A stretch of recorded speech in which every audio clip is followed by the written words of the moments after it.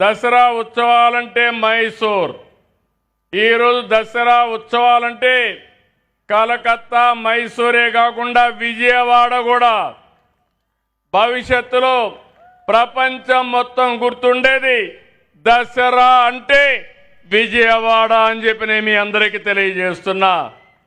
ఆ స్థాయికి మనం తీసుకుపోవాల్సిన అవసరం ఉంది.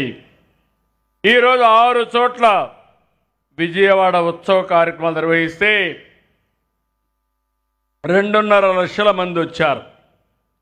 ఘంటసాల సంగీత కళాశాల, తుమ్మలపల్లి కళాక్షేత్రం, మున్సిపల్ స్టేడియం, పున్నమి ఘాట్, ఇబ్రహీంపట్నం, గొల్లపూడి ఎక్స్పో గ్రౌండ్స్లో కళారూపాలని, ఈవెంట్లని అద్భుతంగా చేశారు.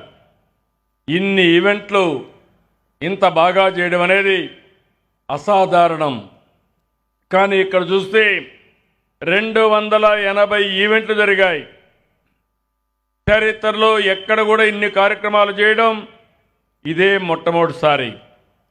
జానపద నృత్యాలు కానీ, బుర్ర కథలు, అరికథలు, తోలుబొమ్మలాట్లు ఇవన్నీ బాగా ఆకట్టుకున్నాయి. ఇంకో పక్క ఈరోజు సినిమా ఈవెంట్స్ కూడా కండక్ట్ చేసి పెద్ద ఎత్తున ముందుకెళ్లారు. ఇది కాకుండా హెలీ రైడింగ్ ఏర్పాటు చేశారు. ఇందులో కూడా ఒక 2,000 మంది పాల్గొన్నారు. అన్నిటికీ అనూహ్య స్పందన వచ్చింది. ఇక్కడ నేను చూశాను 700 స్టాల్స్తో